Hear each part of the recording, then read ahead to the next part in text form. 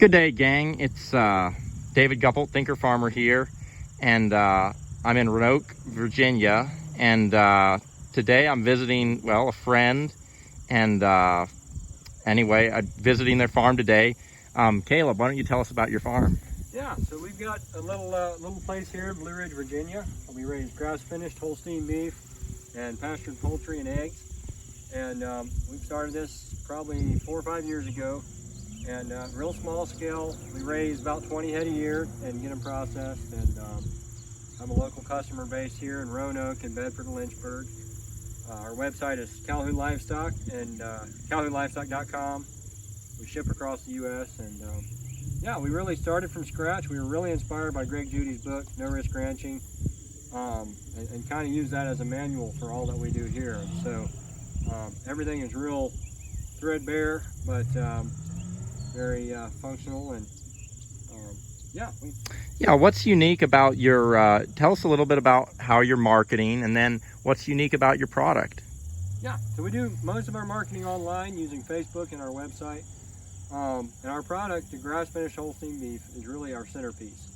So when we talked around, looked around, we were really looking into getting into healthier food, but we knew grass finished beef was a little tougher than grain finished beef, and most people will bear through it, they'll eat it, they'll make it work, but we really wanted something that would be sustainably enjoyable, so you didn't have to choose good or bad, or good tasting or healthy.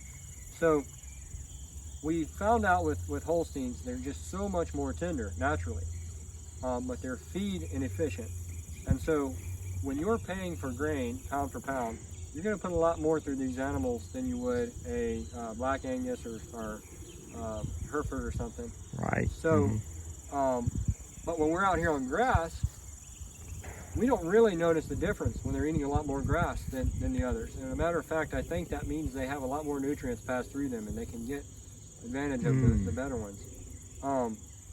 And so, long story short, these animals will finish a little. They take a little longer to finish, but the meat is just incredibly tender. It's just incredibly tender. How long do they take to finish?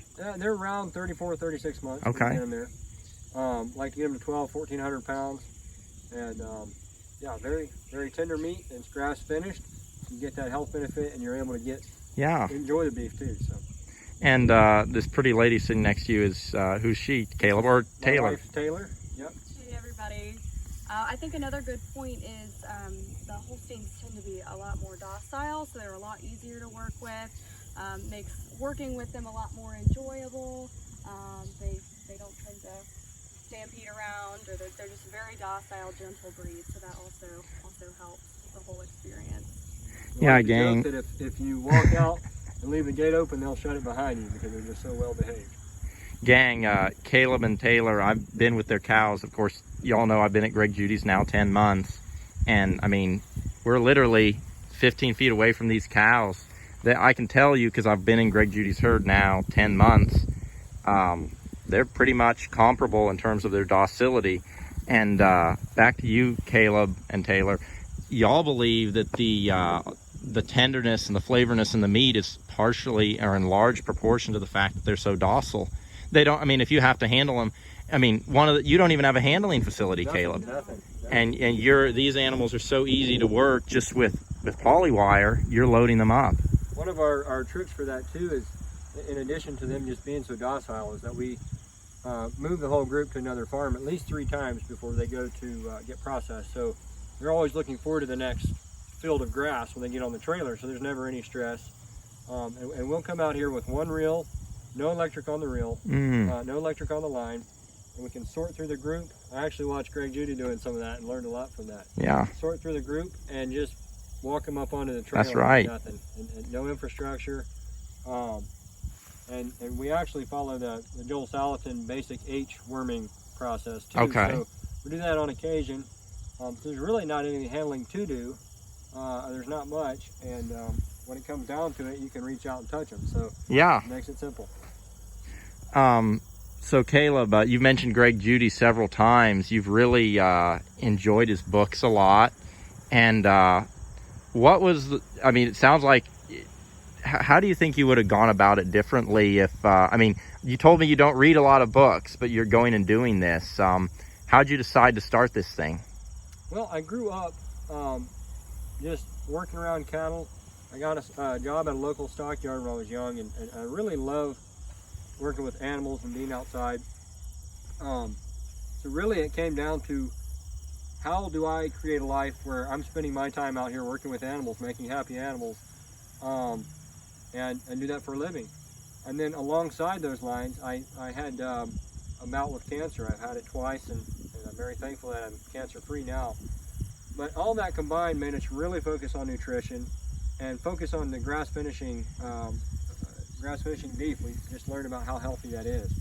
And so combine all that together, the docility of these animals and the tenderness, and it just seemed like a really good fit for what we should be doing for the rest of our life. Just creating a healthy food that we can be proud to share with our customers. We're happy, the animals are happy, customers are happy. There's just nothing more you could ask for. Now, Caleb, you're not from a farming background specifically, right? Not really. My grandpa had some cows, and I learned a little bit from him, but we never really did it commercially or for profit. He had a little hobby farm. My family had some horses, but no, I learned 90% of what I learned from Greg Judy's books. Wow. And right now you just recently purchased the land we're on. So that was a pretty big, I would say, a leap of faith on Caleb and Taylor, y'all's part. And so far it's gone well. Yeah, we're very thankful for this. This was definitely a God thing that we were able to get this property, and it just worked out perfect for the location we wanted to be at. An excellent central hub for what we're doing. You've got a home base, so you're not, and right now you're getting free leases. Yeah. Essentially. Yeah, people love the way it looks after we're there, and the fact that these animals are so gentle. Yeah. And we create the atmosphere they want to have there. In exchange, they let us graze our cattle there, so it works out great. That's awesome. Well, Caleb, I could tell, one of the things Greg Judy always says when he's interviewing, basically looking for tryouts or people that he expects will succeed on farming, is passion. And you and Taylor both, you certainly have a lot of passion for what you're doing. I have a saying, life is never what you have, it's only what you make of it.